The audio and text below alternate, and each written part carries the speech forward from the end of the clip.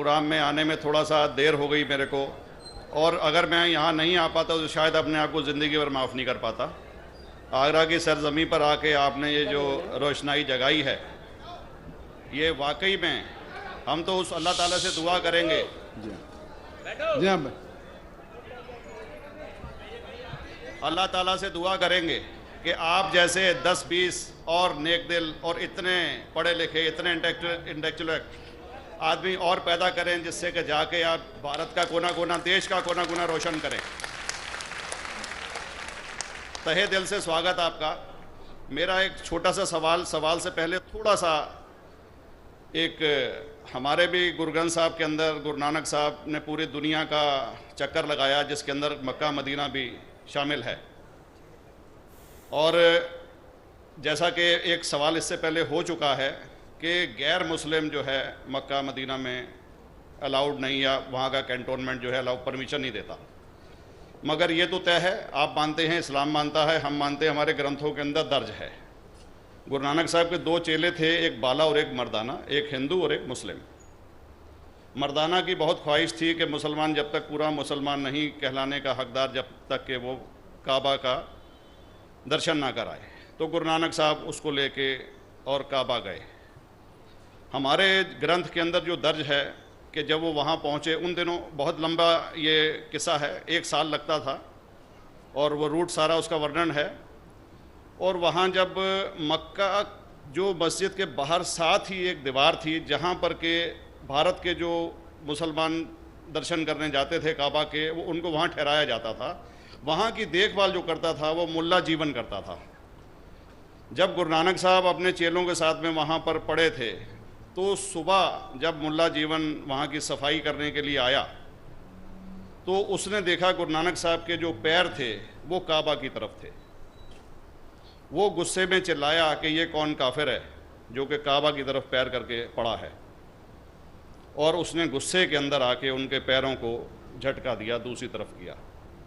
तो हमारे ग्रंथ के अंदर दर्ज जो किस्सा है उसके अंदर ये है कि काबा भी उस समय हिल गया, जिधर गुरु नानक के पैर जाते थे काबा उधर मुड़ता था।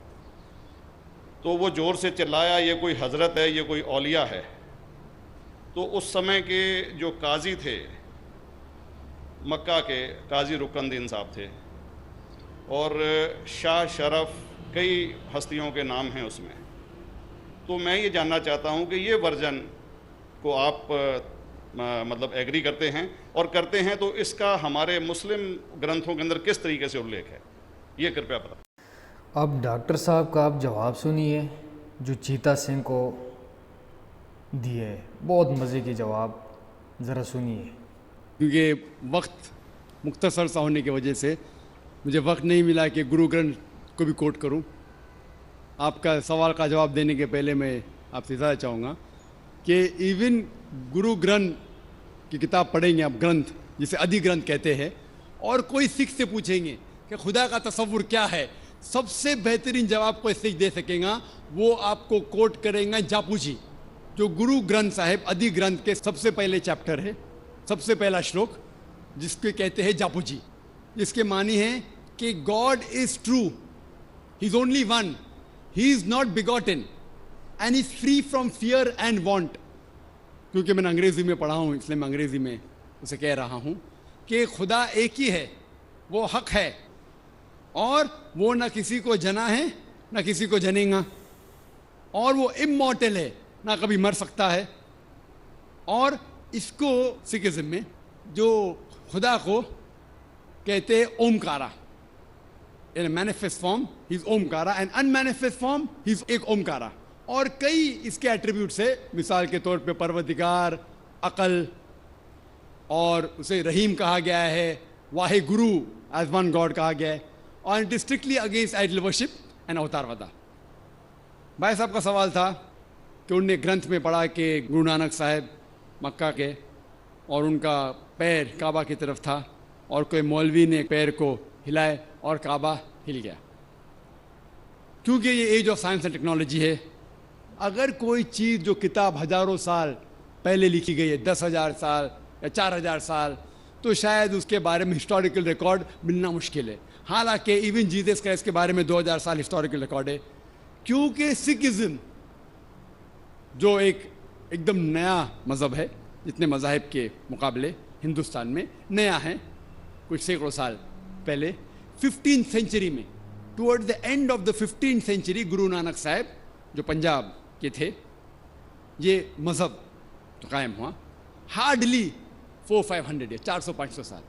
और अगर ये मान लो, सपोज मिसाल के तौर पे मान लो, मैं क्यों कह रहा हूँ कि मैं नहीं चाहता हूँ किसी को बुरा लगे, मान लो ये सच है, मान लो अगर 400-500 साल पहले अगर ये होता था कि काबा इधर से उधर हिल जाता था, तो हिस्टोरिकल रिकॉर्ड में बिल्कुल लिखा होता था। और कई हिस्टोरिकल रिकॉर्ड में ये नहीं कि काबा हिला इधर उधर, कई हिस्टोरिकल रिकॉर्ड आप देखेंगे। हिस्ट्री इतनी अल्हम्दुलिल्लाह 800-900 साल पहले, 1000 साल पहले जो मुगल ने किए, बिल्कुल लिखा हुआ हिस्टोरिकल रिकॉर्ड में।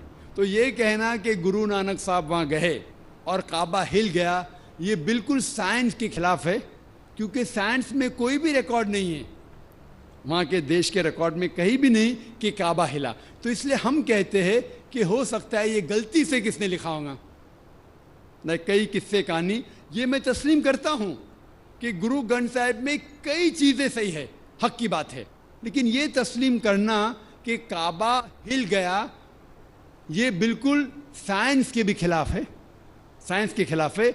और इस्लाम में भी ये नहीं है। लेकिन ये कहना कि कोई गैर मुस्लिम जा सकता है, मुमकिन है, चुपके से कोई गया तो हो सकता है। वो भी जवाब। अस्सलाम वालेकुम दोस्तों जी, जैसा कि आपने डॉक्टर साहब का जवाब सुना, डॉक्टर साहब ने बेहतरीन जवाब दिया। डॉक्टर साहब ने कहा कि इस साइंस बहुत एडवांस है और किसी भी हिस्ट्री में ये नहीं लिखा है कि काबा हिल गया है। नो सऊदी अरब की हिस्ट्री में लिखा है कि काबा सऊदीया में, न उनकी हिस्ट्री में है कि काबा हिल गया है। हो सकता है कि गुरु नानक काबा गया हो सकता है, लेकिन ये मानना मुनासिब नहीं है कि काबा हिल गया है। और ये भी हो सकता है कि कोई गैर मुस्लिम काबा गया हो चौके से, वैसे खुला मतलब ऐसे तो जाने का डर ही नहीं है, चौके से गया हो, ये भी हो सकता है। लेकिन ये मानना कि काबा हिला है, ये बिल्कुल मुनासिब नहीं है। न किसी हिस्ट्री में, किसी साइंस की हिस्ट्री में नहीं है, न किसी हमारे मुस्लिम मतलब जितनी हिस्ट्री है उसमें भी नहीं है। तो दोस्तों, अगर वीडियो पसंद है तो प्लीज़ लाइक करें।